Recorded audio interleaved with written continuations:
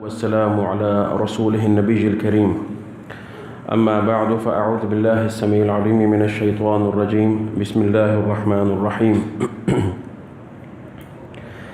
والذين يرمون أزواجهم ولم يكن لهم شهداء إلا أنفسهم فشهادة أحدهم 4 شهادات بالله إنه لمن الصادقين والخامسة أن لعنة الله عليه إن كان من الكاذبين ويدرأ عنها العذاب أن تشهد 4 شهادات بالله إنه لمن الكاذبين والخامسة أن غضب الله عليها إن كان من الصادقين ولولا فضل الله عليكم ورحمته وأن الله تواب حكيم.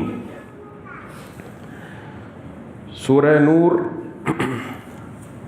آیات 6، 7، 8 اور 9 یہ ہمارے آج کے سبق کا موضوع ہے.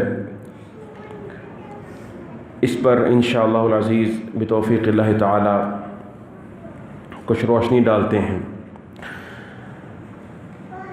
سابقہ آیات میں جیسا کہ آپ نے سنا تھا کہ اللہ رب العزت نے حد بیان فرمائی ہے ان کی جو پاک دامن مردوں یا عورتوں پر تہمت لگاتے ہیں زنا کی، تو قذف جو ہے پھر اس کی حد کے وہ مستحق ٹھہرتے ہیں. اور یہ جو حد قذف ہے، اور اس آیت میں جو سابقہ آیت میں کل کے درس میں جو حکم بیان ہوا قاذفین کے حوالے سے، یا اگر وہ عورت ہے یا مرد ہے، کوئی بھی جو بہتان لگاتا ہے، تہمت لگاتا ہے، یہ ان کا سیاق ان آیات کا اور اس کے بعد جو ابھی آیات آ رہی ہیں ان کا خاص تعلق جو ہے وہ منافقین کے ساتھ ہے. اور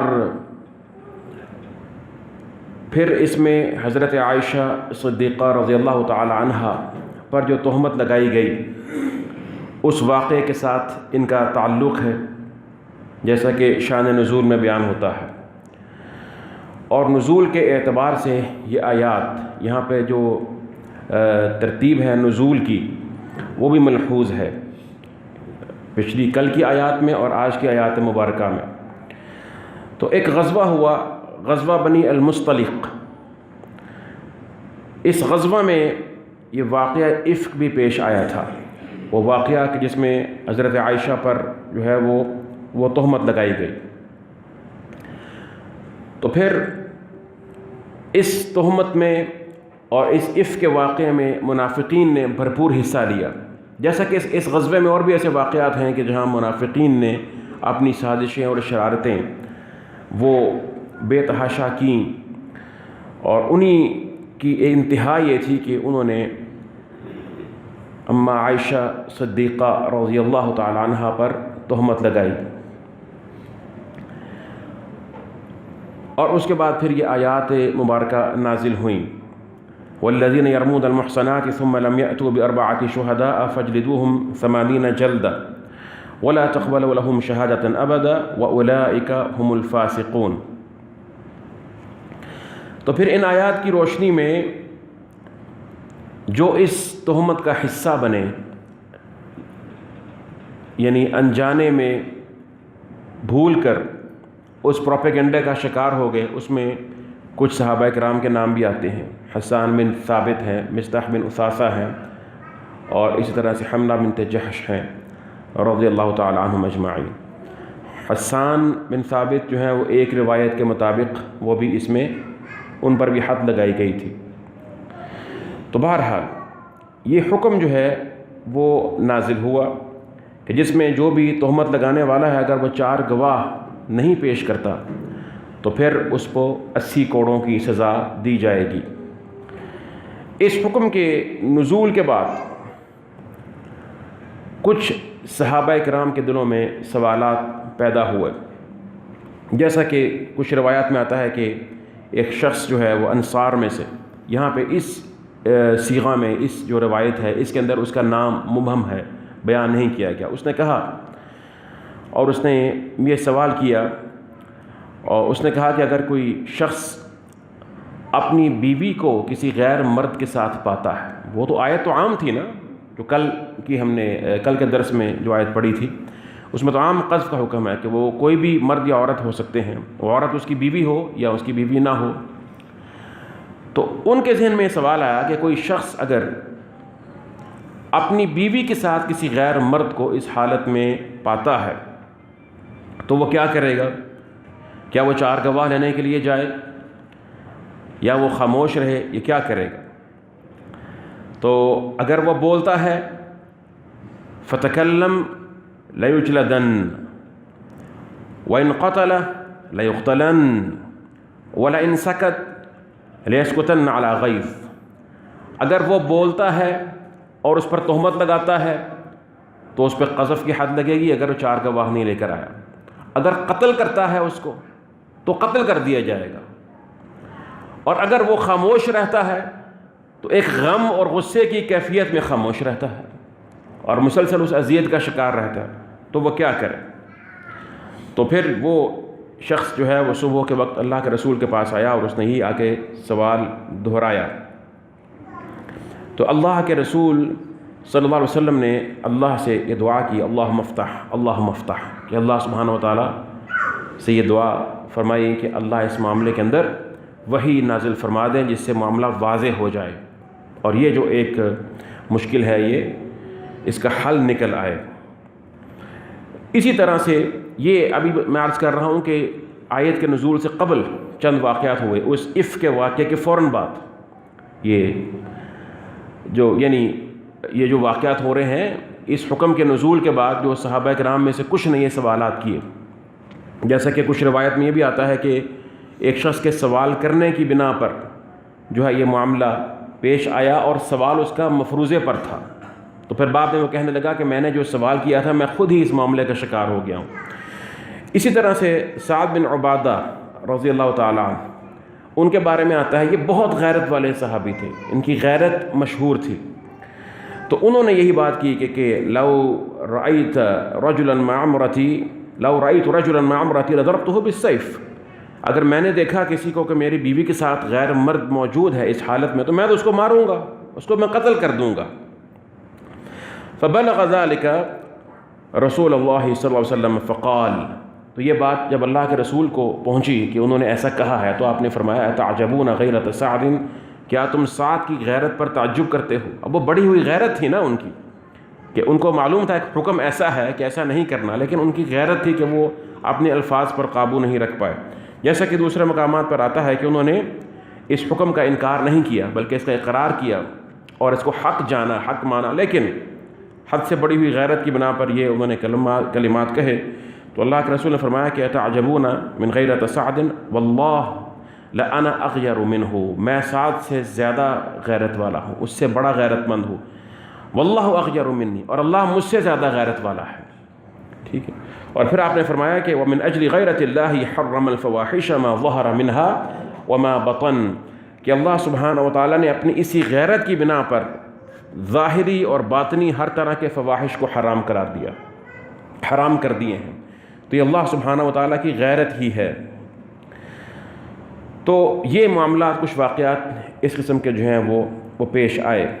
اسی طرح سے پھر جیسا کہ میں نے عرض کیا کہ ان سوالات اور کچھ مفروضات کے بعد پھر عملی طور پر یہ واقعہ پیش بھی آ گیا کچھ صحابہ کے ساتھ، جیسا کہ پھر اس میں 2 صحابہ کا بطور خاص کے 3 کا جو ہے احادیث میں ذکر موجود ہے، ان کے ساتھ یہ واقعات پیش آئے، ہلال بن امیہ ہیں اور عویمر العجلانی، ان کے ساتھ یہ واقعات جو ہیں وہ پیش آئے۔ پھر اس میں جو ہے وہ اختلاف ہوتا ہے کہ یہ دونوں واقعات اصل میں ایک واقعہ تھا یا 2 مختلف واقعات تھے، یا ان کی ترتیب کیا تھی، کیونکہ کچھ بعض جگہوں پر خلط ملتا ہے کہ جن کے ساتھ تہمت لگائی گئی کہ فلاں مرد کو دیکھا گیا تھا وہ دونوں واقعات میں، حالانکہ دونوں جگہوں پر مرد مختلف ہیں لیکن وہ شخص ایک ہی ہے، شریک بن سحمہ، اور کچھ نے کہا کہ یہ 2 مختلف واقعات ہیں۔ بہرحال صحیح بات یہ معلوم ہوتی ہے کہ یہ 2 مختلف واقعات ہیں اور پہلے جو واقعہ ہے وہ ہلال بن امیہ کا ہی پیش آیا، اس کے بعد پھر عویمر کا واقعہ جو ہے وہ پیش آیا، لیکن اتنے قریب قریب واقعات تھے کہ آیت کا نزول کا وقت بھی وہی تھا۔ اگرچہ آیت پہلے جو اصل میں نازل ہوئی وہ ہلال بن امیہ کے واقعے کے حوالے سے، لیکن اس کے یہ جو آج کی ہماری آیت ہے جس میں حکم ہے، تو اس کے فوراً بعد جو ہے پھر وہ دوسرا واقعہ پیش آ گیا، تو وہ آیت اس مسئلے کے حل کے لیے بھی پھر جو ہے اسی میں حکم موجود تھا۔ تو یہ 3 یا 4 دن کے اندر اندر یہ سارے واقعات پیش آئے، تو آیت اس سے متعلق بھی تھی اور اس سے متعلق بھی تھی۔ یہ تحقیق ہے بعض علماء کی، جبکہ بعض کے اس کے برعکس ہے، خیر وہ اس وقت ہمارا موضوع نہیں ہے، لیکن یہ بات بظاہر قرائن سے درست معلوم ہوتی ہے، اس لیے کہ صحیح احادیث سے معلوم ہوتا ہے، اسناد کے اعتبار سے بھی اور متون کے اعتبار سے بھی، کہ 2 مختلف واقعات ہیں، اور پھر ان کے الفاظ سے معلوم ہوتا ہے کہ ترتیب میں پہلے واقعہ جو ہے وہ ہلال بن امیہ کا ہے رضی اللہ تعالیٰ عنہ، اور یہ ہلال بن امیہ وہی ہیں کہ جن کی توبہ قبول ہوئی تھی غزوہ تبوک میں پیچھے رہ جانے کی بنا پر۔ وہ 3 جو صحابہ تھے ان میں سے ایک یہ بھی تھے، بزرگ تھے۔ تو یہ بہرحال واقعات ہیں، اس کے بعد یہ پیش آئے۔ تو مسند احمد کی روایت میں یہ اس طرح سے موجود ہے کہ جب سعد بن عبادہ نے یہ کہا کہ یہ اگر معاملہ میں دیکھوں تو میں تو اس کو قتل کر دوں، تو اللہ کے رسول نے پھر فرمایا کہ یا معاشر الانصار الا تسمعون الی ما یقول سیدکم، دیکھتے نہیں کہ تمہارا سردار کیا کہہ رہا ہے۔ سعد بن عبادہ ان کے سردار تھے اور بڑے ہی جلیل القدر صحابی ہیں، بہت عظیم صحابی ہیں۔ تو پھر انہوں نے کہا کہ یا رسول اللہ صلی اللہ علیہ وسلم لا تلم، ان کو ملامت مت کیجئے، فإنہ رجل غیور، بہت ہی غیرت والے آدمی ہیں، حد سے بڑی ہوئی غیرت ہے، اتنی ان کے اندر غیرت ایسی ہے کہ اگر یہ کسی کو طلاق دے دیں کسی خاتون کو تو کوئی ان سے نکاح نہیں کرتا ہے، ان کی غیرت سے ڈرتے ہوئے۔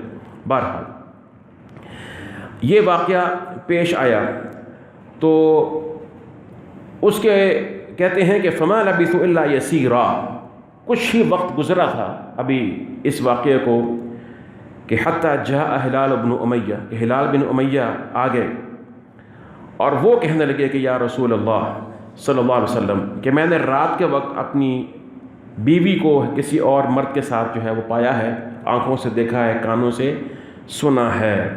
تو اللہ کے رسول صلی اللہ علیہ وسلم کو ان کی یہ بات پسند نہیں آئی، ان پر سخت اور گراں گزری، اس لیے کہ ابھی حکم تو نہیں آیا تھا جو آج میں نے آیات پڑھی ہے، انشاءاللہ میں بھی ترجمہ کرتا ہوں ان کا، یہ حکم نہیں آیا۔ اس سے پہلے جو کل والا حکم تھا وہی تھا کہ جو یہ دعویٰ کرتا ہے کہ میری بیوی نے یا کسی عورت پر کہتا ہے کہ اس نے زنا کیا ہے تو 4 گواہ لانے پڑیں گے، ورنہ پھر یہ ہے کہ اس کے لیے قذف کی سزا ہے۔ تو اب صحابہ کرام جو ہیں وہ ڈر گئے اور انہوں نے کہا کہ قد ابتلینا بما قال سعد بن عبادہ، کہ سعد بن عبادہ نے جو بات کی تھی نا، بس ہم اس کی وجہ سے اب آزمائے گئے ہیں، ہمارے ہی بندے پر آزمائش آ گئی ہے، تو یہ بات کہہ دی گئی ہے، اب ان پہ جو ہے وہ قذف کی حد جو ہے وہ لگے گی۔ تو یہ جب ان کے ہاں یہ معاملہ اس طریقے سے ہوا تو ہلال نے پھر یہ کہا کہ واللہ انی لارجو ان یجعل اللہ لی منہا مخرجا، کہ میں اللہ کی قسم ہے کہ اللہ سے امید کرتا ہوں کہ اللہ سبحانہ و تعالیٰ اس معاملے میں میرے لیے کوئی فراخی یا راستہ پیدا کر دیں گے، کوئی نکلنے کا راستہ پیدا کر دیں گے۔ تو اسی دوران پھر نبی کریم صلی اللہ علیہ وسلم پر وحی نازل ہونا شروع ہو گئی۔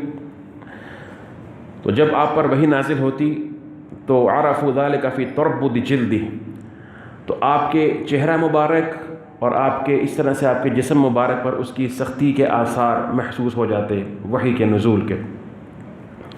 تو جب وہ وحی نازل ہو چکی تو یہ آیات تھیں وہ جو آج ہم نے پڑھی ہیں، اور وہ ہے کہ والذین یرمون ازواجہم ولم یکن لہم شہداء الا انفسہم فشہادۃ احدہم 4 شہادات باللہ۔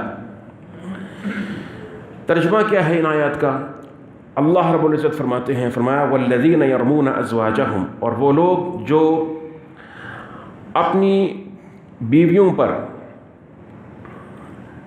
زنا کی تہمت لگاتے ہیں، ولم یکن لہم شہداء، اور نہیں ہے ان کے پاس کوئی گواہ، ان کے حق میں گواہی دینے والا کوئی بھی نہیں ہے، کوئی گواہ نہیں ہے ان کے پاس، الا انفسہم، مگر وہ خود ہی، یعنی اپنے سوا وہ کوئی گواہ نہیں پاتے ہیں کہ جو ان کے حق میں گواہی دیں کہ یہ بات درست ہے۔ تو کیا کریں؟ فشہادت احدہم، تو ایسے الزام لگانے والوں میں سے ہر ایک کی شہادت کیا ہوگی؟ اب جو وہ گواہی دے گا، شہادت دے گا، فشہادت احدہم، تو ان میں سے ہر ایک کی شہادت کیا ہوگی؟ 4 شہادات باللہ، 4 شہادتیں اللہ کی قسم کے ساتھ، ایسی شہادتیں جو مؤکد بالقسم ہیں، یعنی شہادت بھی ہے اور قسم کے ساتھ اس کی تاکید کی گئی ہے۔ 4 شہادات باللہ، کہ 4 شہادتیں وہ اس کے لیے ہیں، یعنی وہ شہادت دے گا، ان میں سے ہر ایک پر ہے کہ وہ 4 شہادتیں دے مؤکد بالقسم، کیا؟ انہ لمن الصادقین، کہ بلا شبہ یقیناً وہ سچوں میں سے ہے، سچوں میں سے ہے۔ کس بات میں سچوں میں سے ہے؟ جو وہ الزام لگا رہا ہے، جو بات وہ کر رہا ہے، وہ اس کو الزام نہیں سمجھتا، اس بات میں جو اس نے اپنی بیوی کے بارے میں بات کہی ہے، اس میں وہ سچا ہے، صادق ہے۔ من الصادقین میں مبالغہ ہے، بلکہ اس تمام جملے کے اندر ہی بہت مبالغہ ہے۔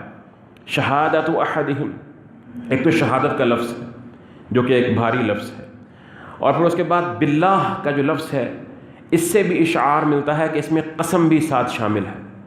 اگرچہ شہادت کے ساتھ بھی با آ جاتا ہے، مگر یہاں پہ جیسے اور تاکیدات ہیں کہ تکرار بھی ہے کہ 4 بار اس کے دہرانا ہے یہ کلمہ، یہ بھی تکرار، اور پھر اس کے بعد آگے جو جواب آ رہا ہے انہ لمن الصادقین، یہ جواب بھی عام طور پہ قسمیہ جملوں کا آیا کرتا ہے، قسم کے بعد اس قسم کے جواب آتے ہیں کہ بے شک وہ یقیناً سچوں میں سے، کئی تاکیدات ہیں اس کے اندر۔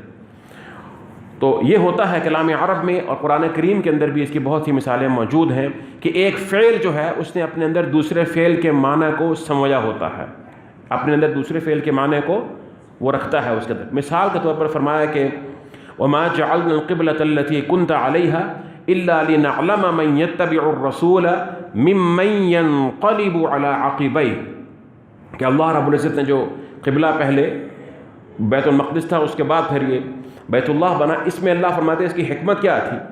اس میں یہ تھی کہ إِلَّا لِنَعْلَمَ مَنْ يَتَّبِعُ الرَّسُولَ مِمَّنْ يَنْقَلِبُ عَلَىٰ عَقِبَيْهِ، یہ تحویل قبلہ، اس میں آزمائش تھی کہ اللہ سبحانہ و تعالیٰ یہ جاننا چاہتے تھے کہ کون ہے جو رسول کریم کی اتباع کرتا ہے اور کون ہے جو اپنے دونوں پیروں پر پھر جاتا ہے۔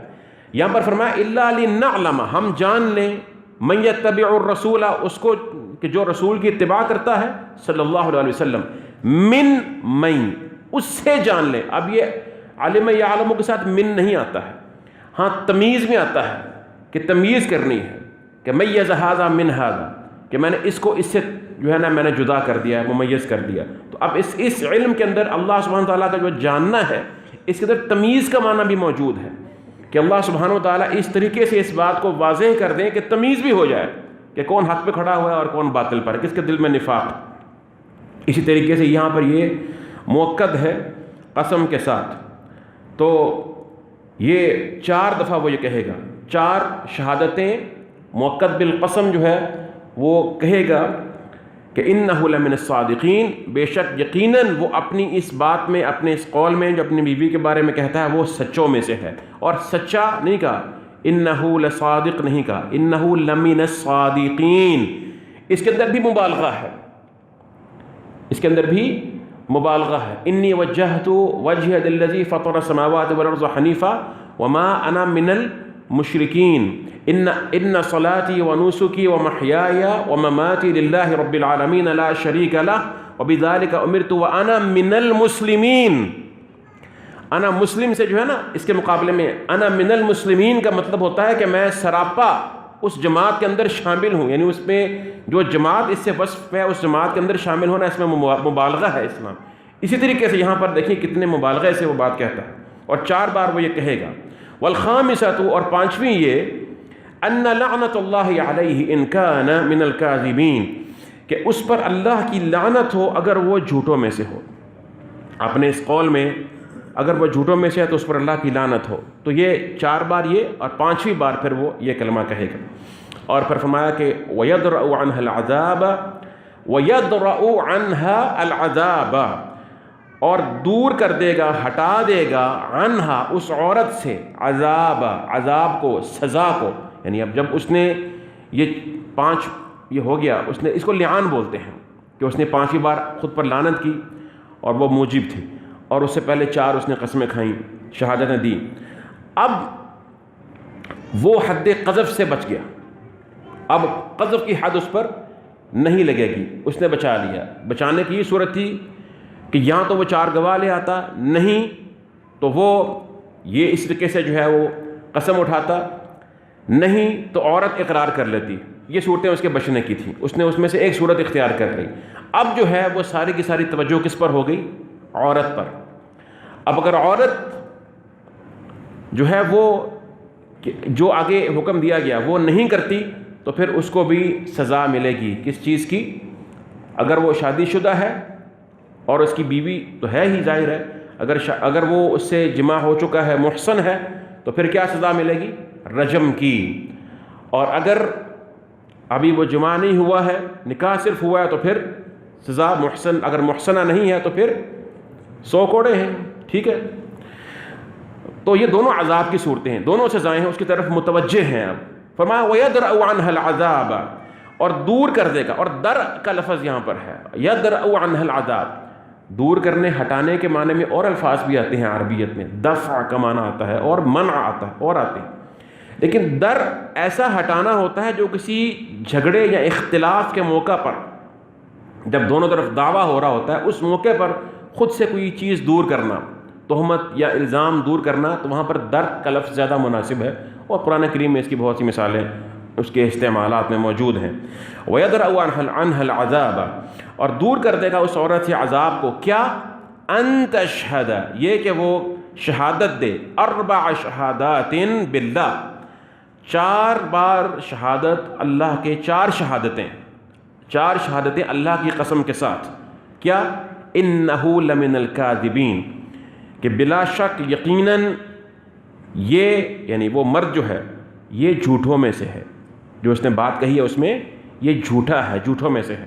والخامسۃ، اور 5ویں شہادت وہ یہ دے گی، ان غضب اللہ علیہا، کہ اللہ کا غضب ہو اس عورت پر، ان کان من الصادقین، اگر وہ مرد اپنی بات میں سچا ہو. ٹھیک ہو گیا؟ یہ ہے جی ملاعنہ یا لعان، کہ دونوں طرف، پہلے مرد اور اس کے بعد پھر عورت. تو ان میں سے جو اسے انکار کرے گا پھر ظاہر ہے کہ اس کی طرف حد متوجہ ہوگی. مرد کی طرف جو حد ہے وہ قذف کی متوجہ ہے اگر وہ اس لعان سے انکار کرتا ہے، اور عورت کی طرف جو حد ہے وہ زنا کی جو حد ہے وہ متوجہ ہے. تو لعان ان سے بچنے کی ایک صورت ہے. اور یہ صورت وہ ہے کہ جو پہلے آپ نے آیات پڑھی تھیں ان سے ان کو جو ہے وہ خاص کرتی ہے. یعنی پہلے حکم تو عام تھا نا کہ جو بھی الزام لگاتا ہے تو اس کے لیے 4 گواہ لانا ضروری ہے، لیکن یہ صورت اس سے اب مستثنا ہو گئی، یہ اس سے اس کی تخصیص ہو گئی. اور یہ اللہ کی رحمت ہے، اللہ کی رحمت ہے کہ اللہ سبحانہ وتعالیٰ نے اس میں آسانی پیدا کر دی. تو پھر یہ جو واقعہ ہم بیان کر رہے تھے اس طرح سے وہ واقعہ ہوا کہ جب ہلال بن امیہ نے یہ کہا تو اس کے بعد ان کی جو زوجہ تھی ان کو بھی بلا لیا گیا، اور اس کے بعد پھر جو ہے وہ یہ معاملہ شروع ہوا. تو اللہ کے رسول حکم دیا کہ لاعنوا بینہما، فقیل لہلال اشہد فشہد 4 شہادات باللہ انہ لمن الصادقین. تو ہلال نے اس طرح سے جو ہے وہ 4 شہادتیں دیں کہ وہ سچوں میں سے اپنی بات میں وہ سچے ہیں. فلما کان فی الخامسہ، جب 5واں کلمہ کہنے پر آئے، اور وہ کیا ہے؟ ان لعنت اللہ علیہ ان کان من الکاذبین، کہ اللہ کی لعنت ہو جائے مجھ پر اگر میں جھوٹوں میں سے ہوں. تو ان سے کہا گیا ہے کہ یا ہلال اتق اللہ، اب اللہ سے ڈر جاؤ. فإن عذاب الدنیا اہون من عذاب الآخرہ وإن هذه الموجبة التي توجب عليك العذاب. اللہ سے ڈر جاؤ اس لیے کہ دنیا کا عذاب ہلکا ہے، آخرت کا عذاب بہت سخت ہے. اور بلا شک اس میں کوئی شک والی بات نہیں، کیونکہ یہ تم آخری جو 5ویں بار کہنے لگے ہو یہ موجبہ ہے، اس سے تم پر لعنت واجب ہونے والی ہے، لعنت واجب ہو جائے گی. تو انہوں نے کہا لا واللہ لا يعذبن اللہ علیہا، مجھے یقین ہے کہ اللہ سبحانہ تعالیٰ مجھے اس پر عذاب نہیں دیں گے، جیسا کہ پہلے اللہ نے میری پیٹھ کو جو ہے وہ کوڑوں سے بچا لیا اور یہ حکم نازل ہو گیا، کیونکہ میں سمجھتا ہوں کہ میں سچا ہوں۔ پھر اس کے بعد جو ہے ان خاتون سے کہا گیا کہ تم جو ہے اب وہ اسی طرح سے جو ہے وہ 4 شہادتیں دو اور 5ویں بار خود پر غضب کی دعا کرو۔ تو پھر اس نے بھی اسی طریقے سے جو ہے وہ یہ 4 شہادتیں دیں۔ فلما كانت الخامسہ، جب وہ 5ویں کلمے پر آئی کہ اگر یہ سچا ہے مجھ پر یہ بات کہنے والا اور میں جھوٹی ہوں تو مجھ پر اللہ کا غضب آ جائے، جب اس کلمے پر آئی قیل لہا، تو اس سے کہا گیا اتق اللہ، یہی بات اس سے کہی کہ اللہ سے ڈر جاؤ، فإن عذاب الدنیا اہون من عذاب الآخرہ، دنیا کا عذاب ہلکا ہے، آخرت کا عذاب بہت سخت ہے۔ وإن هذه الموجبة فتلكأت ساعة ونكست، تو وہ تھوڑی سی لڑکھڑا گئی اور رک گئی، اور ایسے معلوم ہوا کہ شاید وہ یہ نہیں کہے گی اور وہ اقرار کر لے گی، لیکن اس نے کہا کہ واللہ لا افضح قومی، کہ مجھے اللہ کی قسم ہے کہ میں اپنی قوم کو رسوا نہیں کروں گی۔ تو اس نے پھر اپنی وہ 5واں جو کلمہ تھا وہ کہہ دیا اور جاری رہی اپنے اس کلام میں، اور اس نے کہا کہ ان غضب اللہ علیہا ان کان من الصادقین ففرق رسول اللہ صلی اللہ علیہ وسلم بینہما، اور اس کے بعد اللہ کے رسول نے ان کے درمیان تفریق کروا دی۔ اور لعان کا یہی حکم ہے کہ لعان کے بعد پھر دونوں میں تفریق کروا دی جاتی ہے، دونوں میں جدائی کروا دی جاتی ہے، اور یہ فسخ نکاح ہے، نکاح گویا فسخ ہو جاتا ہے، کیونکہ ایک تو صورت طلاق کی ہے کہ طلاق دے دے مرد، اور طلاق لفظ کے ساتھ ہوتی ہے کہ مرد طلاق کا لفظ استعمال کرتا ہے، اس کا ارادہ ہوتا ہے۔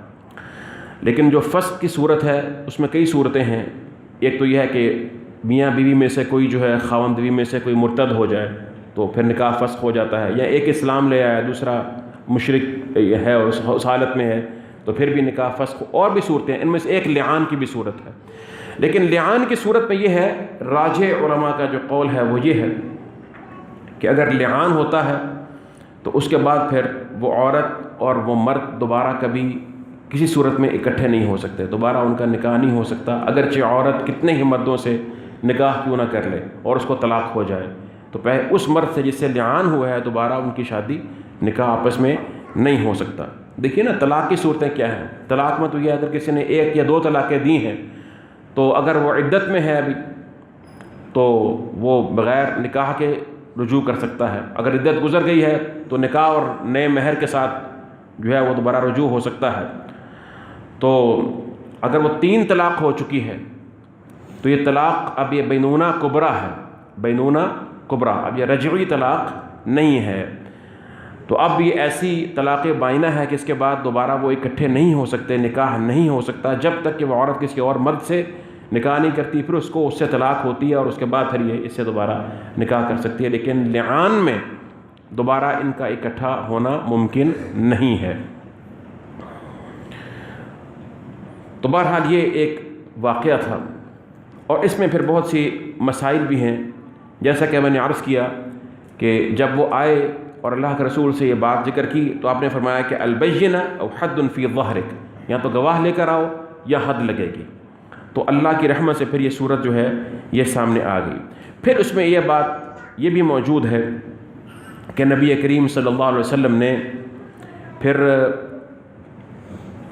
اس واقعے کے اندر بھی یہ بات موجود ہے، اور دوسرا واقعہ جو ہے عویمر العجلانی، چلیں وہ بھی سن لیجیے، اس کے اندر بھی یہ بات ہوئی ہے، یعنی ان جو عورت جو جدا ہوئی ان کے بچے کے حوالے سے وہ واقعہ ہے، تو وہ واقعہ بھی سن لیجیے، پھر بچے کے حوالے سے بات کرتے ہیں کہ جو بچہ ہے ایسی عورت کا جب پیدا ہوگا تو اس کی کیا صورت ہوگی۔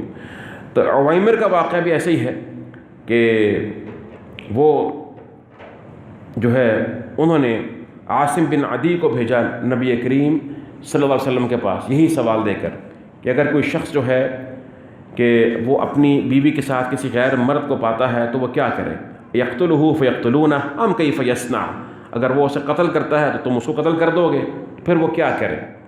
تو عاصم جو ہے وہ نبی کریم صلی اللہ علیہ وسلم کے پاس آئے تو آپ نے ان کے سوال کو پسند نہیں کیا. جیسا کہ مطلب یہ دونوں واقعے قریب قریب ہیں تو معلوم ہوتا ہے کہ ابھی یہ حکم لعان نازل نہیں ہوا تھا.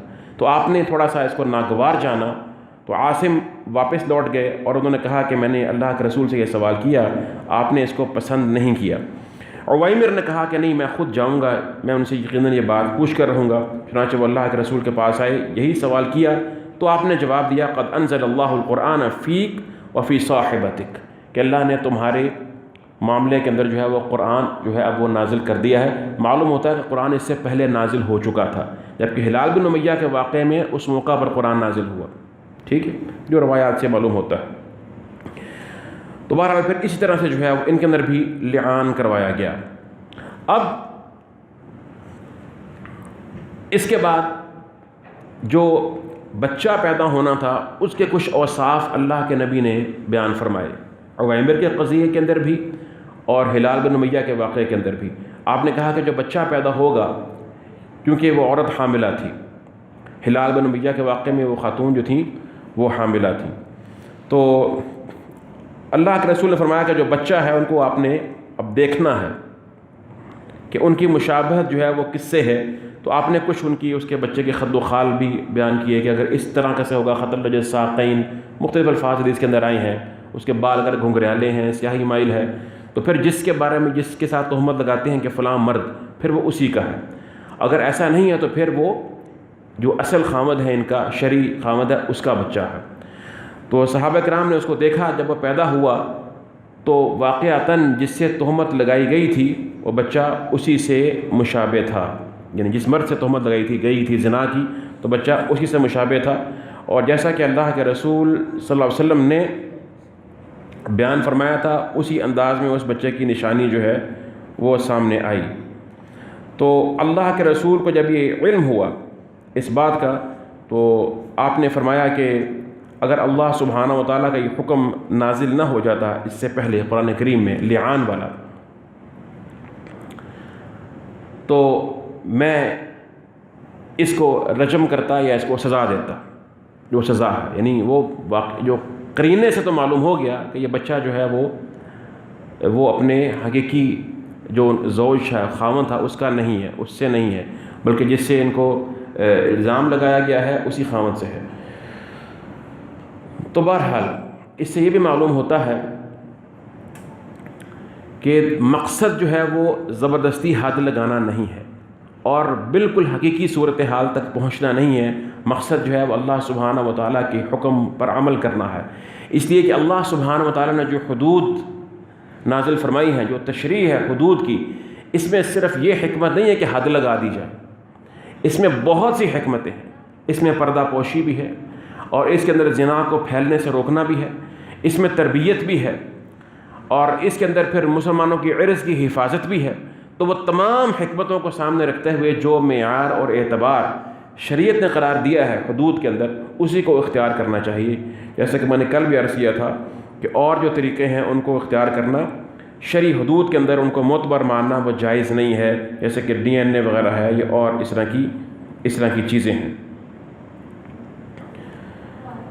اب وہ جو بچہ ہے اس کے بارے میں شریعت نے یہ حکم دیا ہے کہ یہ بچہ اس کو اپنی ماں سے منسوب کیا جائے گا, یہ اپنی ماں کا وارث بنے گا اور اس کی ماں اس کی وارث بنے گی. اس کو اپنے باپ سے منسوب نہیں کیا جائے گا, اس کو اپنے باپ سے منسوب نہیں کیا جائے گا. جیسے کہ آپ نے سنا کہ نبی کریم صلی اللہ علیہ وسلم کے جو واقعات ہوئے ہیں, اس میں اگرچہ قرائن سے تو واضح ہو گیا تھا کہ یہ بچہ, اس کا معاملہ ایسا ہے کہ یہ اس کا نسب درست نہیں ہے اپنے حقیقی باپ کی طرف, لیکن بہر اللہ کے رسول کا یہ فرمان ہے کہ لولا ما مضى من کتاب اللہ لکان لی ولہا شان. اللہ کی کتاب میں حکم آ چکا ہے, ہم اس کے پابند ہیں. تو اس کے بعد اس بچے کے بارے میں کوئی کلمہ کہنا جائز نہیں ہے کسی بھی قسم کا, اور وہ تو ویسے بھی جائز نہیں ہے. بچہ تو معصوم ہوتا ہے, اگر والد الزنا بھی ہو, حقیقتاً بھی ہو, ثبوت شرعی کے ساتھ بھی ہو, تو تب بھی اس کے بارے میں کوئی کلمہ کہنا, اس کو تکلیف پہنچانا, اس کو عار دلانا, یہ قطعاً جائز نہیں ہے. تو اس بچے کے بارے میں تو بالکل ایسا نہیں کہا جا سکتا, بلکہ جب اس عورت نے لعان کر لیا تو لعان کا مطلب یہ ہے کہ اس نے اپنے آپ کو تہمت سے بری کر دیا, تہمت سے بری کیا. اور اس مرد نے جو لعان کیا تو اس نے جہاں اس عورت کا جو معاملہ تھا اس نے اس عورت سے اپنے آپ کو الگ کیا، جدا کیا، اس لیے کہ مرد جو غیرت والا مرد ہے وہ عورت کے معاملے میں زیادہ حساس ہوتا ہے، اپنی بیوی کی عزت کے بارے میں زیادہ حساس ہوتا ہے، اور اسی طرح سے اپنے نسب کے بارے میں حساس ہوتا ہے کہ جو اس کی اولاد ہونی ہے، اگر اس کو شک پڑتا ہے ٹھوس شواہد اور قرائن کی بنیاد پر کہ یہ اس کی اولاد نہیں ہے، تو ظاہر ہے کہ پھر وہ اس کے ساتھ اس کو گوارا نہیں کر سکتا ہے، اور اس کو اپنی طرف منسوب کرنا اس کے لیے ایک اذیت کا باعث ہے۔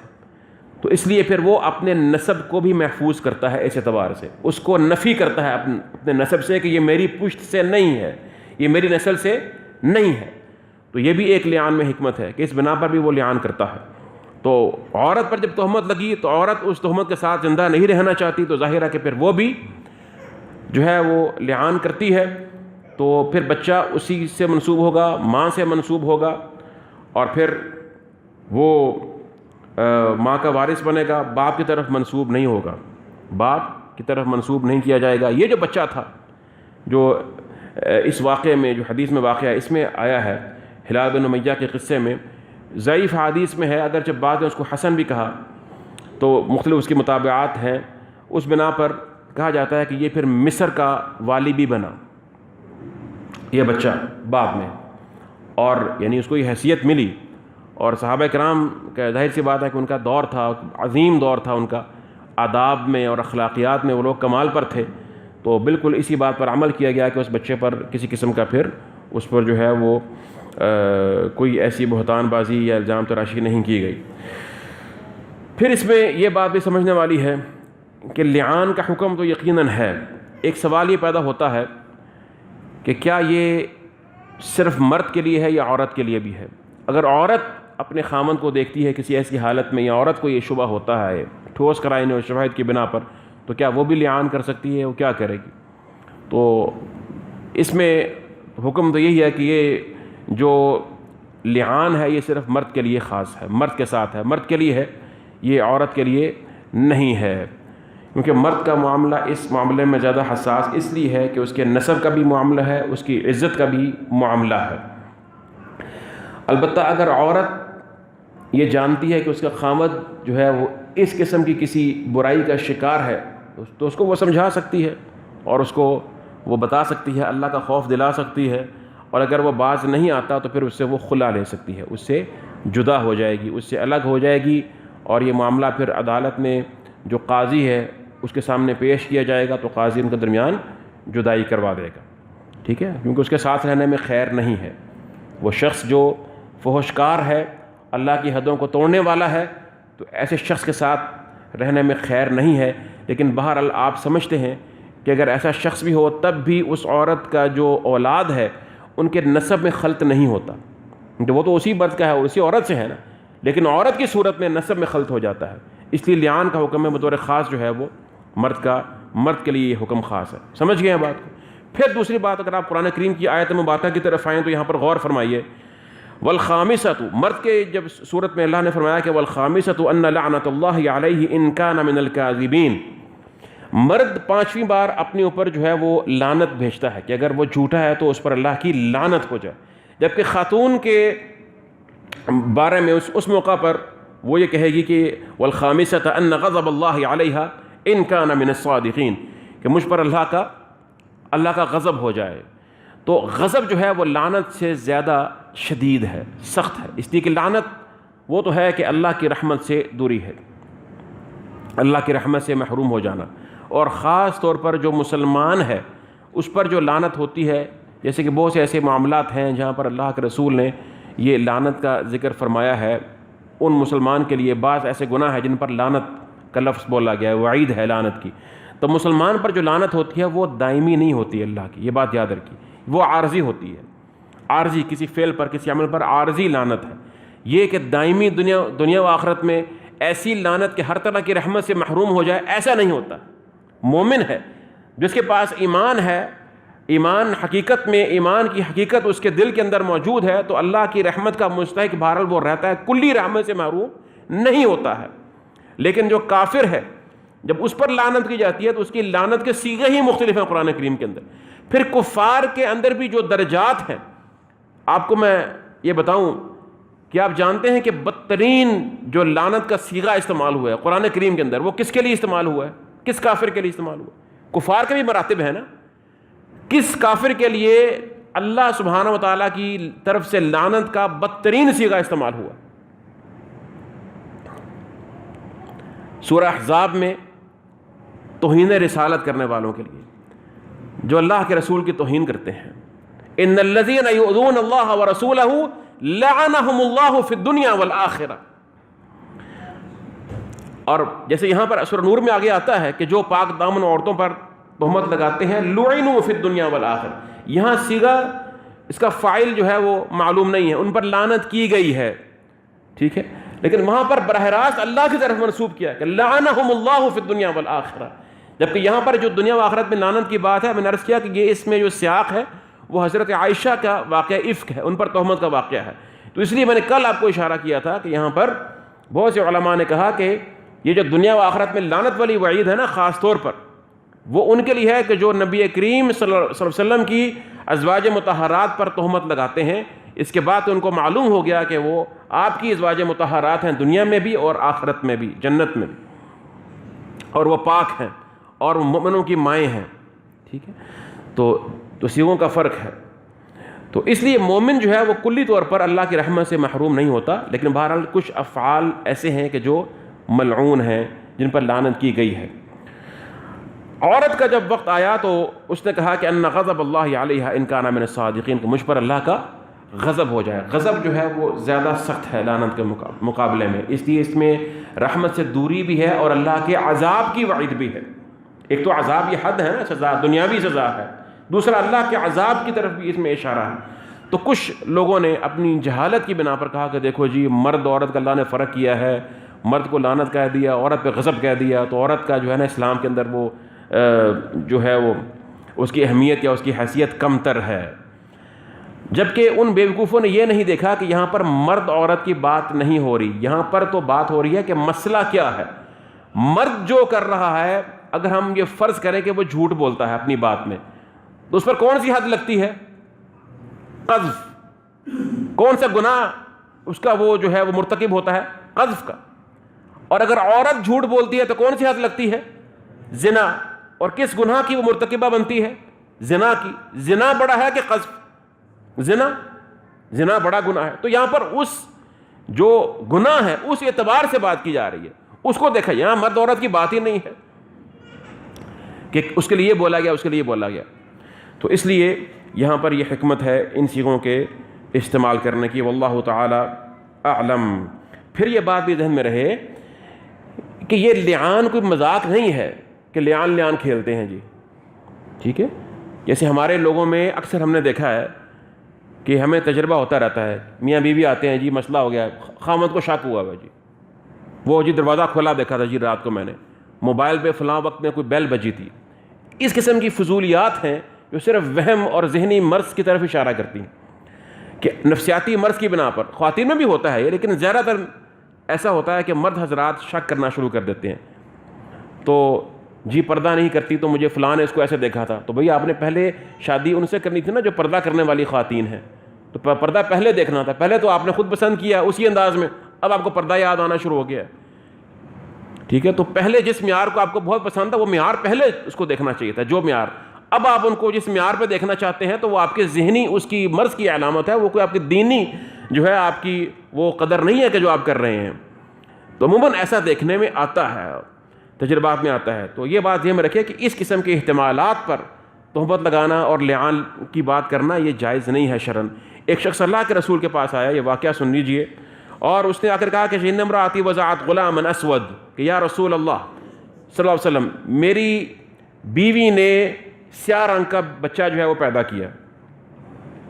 اب خود اس کے سیاہ فام نہیں ہوں گے اس کے خود وہ، اور نہ اس کی نسل میں بظاہر. فقال له النبی صلی اللہ علیہ وسلم، تو دیکھیے اللہ کے رسول کی حکمت، آپ نے فرمایا هل لك من ابل، تیرے اونٹ ہیں کچھ؟ اس نے کہا جی. قال نعم. قال فما الوانها، رنگ کیا ہے ان کا؟ کہتا قال حمر، کہ یہ سرخ رنگ کے ہیں. ٹھیک ہے. هل فيها من اورق، کیا آپ نے کوئی ایسا بھی ہے جو خاکستری رنگ کا ہو؟ قال ان فيها ورقہ، جی ہاں ایسا بھی ہے. قال فأنا أتاه ذلك، فرمایا وہ کہاں سے آ گیا؟ تیرے پاس جو نسل ہے وہ تو سرخ رنگ والی ہے نا، تو اس میں جو خاکستری رنگ کا آ گیا وہ کہاں سے اس میں آ گیا ہے؟ کہتا ہے قال عسى ان يكون نزعه عرق، ممکن نہ کوئی رگ اس کو کھینچ لائی ہو. عرق سے مراد اصل ہے، نسب میں جو پیچھے اس کے کوئی باپ دادا میں سے کوئی ہے تو وہاں سے کوئی رگ اس کو کھینچ کے لے آئی. تو اللہ کے رسول نے فرمایا وهذا عسى ان يكون نزعه عرق، تو یہ بھی تو ہو سکتا ہے کہ اس بچے کا پچھلے میں آباء و اجداد میں سے کوئی اس رنگ کا تھا تو وہ یہ اس رنگ کا آ گیا. دیکھیے سبحان اللہ کیسی حکمت ہے زبان رسالت صلوات اللہ وسلامہ علیہ. تو گویا کہ آپ نے اس کی اس بات کی جو ہے اس کو قطعاً کوئی اہمیت نہیں دی اور اس کو سمجھایا، حکمت کے ساتھ بتایا کہ اس طریقے سے یہ انداز مناسب نہیں ہے.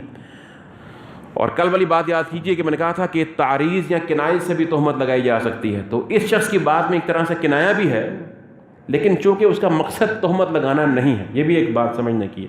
وہ پوچھ رہا ہے اور وہ جاننا چاہ رہا ہے، شکایت لے کر آیا آپ کے پاس، ٹھیک ہے، تو ہم نے یہ بھی دیکھنا ہوتا ہے کہ اس کا مقصد کیا ہے بات کرنے والے کا. اس سے یہ معلوم ہوا کہ ہر تعریض جو ہے یا ہر کنایا جو ہے وہ تہمت نہیں ہوتا، اگرچہ اس سے بات تہمت ہی کی سمجھ آتی ہو. نیت اور سارے حالات و قرائن اور عرف کو بھی دیکھنا ہوتا ہے. تو یہ چند احکامات ہیں جو اس سے متعلق تھے. انشاءاللہ العزیز پھر مزید تفصیلات جو ہیں وہ بعد میں اگلا جو واقعہ آ رہا ہے، واقعہ افک، اس کے اندر بیان ہوں گے. اور یہ سب باتیں مربوط ہیں، جیسا میں نے عرض کیا کہ واقعہ افک سے یہ سب باتیں مربوط ہیں. یہ آیات کا اترنا، یہ احکامات کا اترنا، اور اس میں عظیم حکمتیں ہیں. پھر اللہ سبحانہ و تعالیٰ فرماتے ہیں یہ لعان کا حکم بیان کرنے کے بعد وَلَوْلَا فَضْلُ اللَّهِ عَلَيْكُمْ وَرَحْمَتُهُ وَأَنَّ اللَّهَ تَوَّابٌ حَكِيمٌ، اور اگر اللہ کا فضل تم پر نہ ہوتا اور اس کی رحمت، وَأَنَّ اللَّهَ تَوَّابٌ حَكِيمٌ، اور یہ کہ یقیناً اللہ سبحانہ و تعالیٰ بہت خوب توبہ قبول فرمانے والا، حکیم اور بے حد دائمی حکمت والا ہے، حکیم ہے. تو اب اگر اللہ سبحانہ و تعالیٰ کا فضل اور اس کی رحمت نہ ہوتی تو کیا ہوتا؟ یہاں پر جواب نہیں ہے، اس لیے کہ اس میں عموم ہے کہ سارے اگر آپ واقعے کو اپنے سامنے رکھیں تو معلوم ہوتا ہے کہ اللہ سبحانہ و تعالیٰ یہ بتانا چاہتے ہیں کہ یہ اللہ سبحانہ و تعالیٰ کی حکمت ہے. اللہ نے تمہارے لیے آسانیاں رکھی ہیں، شرعی احکامات میں تمہارے لیے وسعت ہے، تمہارے لیے راہ ہے، تمہارے لیے آسانیاں ہیں، تمہارے لیے اللہ کی رحمت ہے. یہ فضل بھی ہے اللہ کا اور اللہ کی رحمت بھی ہے. دیکھیے کتنا بڑا فضل ہے. اگر فرض کریں کہ ایک مرد نے تہمت لگائی ہے اپنی جان چھڑانے کے لیے، جھوٹ بولا ہے، قذف ہے، تو وہ اس کا گناہ گار ہے، گناہ گار ہے. لیکن اس کی اس تہمت کا اثر اس کی بیوی پر نہیں ہوگا. اگر وہ بھی لعان کر دے، اگر وہ سچی ہے تو وہ لعان کر لے گی. اس طرح اس کی تہمت سے وہ، اس کے شر سے وہ آزاد ہو جائے گی. اور ممکن ہے پھر وہ جو قاذف ہے، تہمت لگانے والا، وہ اس کو خیال آ جائے اور اللہ سبحانہ و تعالیٰ سے توبہ کر لے، زندگی ہے، سچی توبہ کر لے، اللہ اس کو معاف کر دے. تو یہ ایک چیز اس کے لیے ہے. اسی طرح سے اگر وہ عورت جس پر الزام لگایا گیا، اگر وہ اپنی بات میں سچا ہے، وہ مرد، اور عورت واقعی اس سے یہ گناہ ہوا ہے، تو اس نے اپنی عزت کو بظاہر، اس نے جو معاشرے میں اس نے اپنے آپ کو جو ہے اپنی شہرت کو داغدار ہونے سے بچایا. جیسا کہ اس عورت کا بارے میں آتا ہے کہ اس نے کہا کہ میں اپنی قوم کو رسوا نہیں کروں گی، اور اس نے پھر جو ہے وہ کلمہ کہہ دیا. تو اگر ایسی بات بھی ہے تو اللہ سبحانہ و تعالیٰ نے اس کا پردہ رکھا، اور اسی طرح سے پھر وہ معاشرے کے اندر اس تہمت سے اور اس عار سے بچ گئی، اور اللہ سے وہ تنہائی میں توبہ کر لیتی ہے. اللہ سبحانہ و تعالیٰ معاف کرنے والی ذات ہے. ممکن اللہ اس کو توبہ کی توفیق عطا فرما دے تو وہ توبہ کر لے اور اس گناہ سے پھر جائے. تو بہرحال اس میں اللہ کی فضل بھی ہے، اس کی رحمت بھی ہے، حکمتیں بھی ہیں. پھر ان حدود کے نفاذ میں ویسے ہی اللہ کی رحمت ہے. جن معاشرے میں دیکھیے کتنی خوبصورت احکامات ہیں شریعت کے، آج ان کو چھوڑنے کی بنا پر ہم فتنوں میں، مصیبتوں میں گرفتار. گھر گھر میں تباہی ہے، عذاب ہے، مصیبتیں ہیں، خود ساختہ معیارات ہیں جن پر ہم ایک دوسرے کے کردار کو جو ہے وہ جانچتے ہیں، پھر تہمتیں لگاتے ہیں. زبان پر تو روک ہی نہیں ہے نا، کوئی زبان پر تو روک ہی نہیں ہے. خاص طور پر جو شاعر حضرات ہیں وہ تو شاعری میں سارا کچھ ہی کرتے رہتے ہیں، گانوں کے اندر اور شاعری میں آپ محسوس کریں ڈائلاگ بولتے رہتے ہیں. تو اس لیے علماء نے یہ بھی کہا کہ کوئی شاعر قسم کا بندہ کوئی تہمت شعر میں لگا دے، اس کی حیثیت کوئی نہیں ہے. ایسا بھی ایک واقعہ غالباً حضرت عمر کے دور میں پیش آیا تھا کہ وہ شخص تو ان نے شعر کی شکل میں وہ ایسی بات کر دی، تو اس پر جو ہے اس کو معزول تو کر دیا مگر اس پر حد قذف نہیں لگائی. اس لیے کہ اللہ فرماتے ہیں وَالشُّعَرَاءُ يَتَّبِعُهُمُ الْغَاوُونَ أَلَمْ تَرَ أَنَّهُمْ فِي كُلِّ وَادٍ يَهِيمُونَ وَأَنَّهُمْ يَقُولُونَ مَا لَا يَفْعَلُونَ. تو یہ بھی ایک زبان کی مصیبت ہے نا، زبان کی ساری مصائب ہیں کہ زبان جو چاہتی ہے بے روک وہ بولتے چلے جاتی ہے، کسی پر تہمت لگا رہی، کسی کی کردار پر حملہ کرنا ہے، کچھ بھی کرنا ہے، اور سننے والے اس کو سنتے ہیں، غیبت بھی سنتے ہیں، بہتان بھی سنتے ہیں، پھر اس کو آگے پھیلاتے بھی ہیں۔ تو یہ چیز جو ہے یہ معاشرے میں خطرناک ہے۔ اس قسم کے جو انسان کی جو خواہشات یا جو یعنی جذبات ہیں کہ ان چیزوں میں دلچسپی لینا، کسی کی تہمت پہ اور پھر اس کو آگے پھیلانا اور اس کو سننا، یہ سب ہی معیوب چیزیں ہیں۔ اللہ مجھے اور آپ کو ان سے محفوظ فرمائے۔ اللہ مجھے اور آپ کو اپنے کردار کو اپنی قرآن کے مطابق استوار کرنے کے توفیق عطا فرمائے، اور ان کو سجا دے، مزین کر دے، جس طرح سے کہ نبی کریم صلی اللہ علیہ وسلم کی سنت مبارکہ ہے۔ وباللہ تعالیٰ توفیق، وصلی اللہ تعالیٰ وسلم علی نبینا۔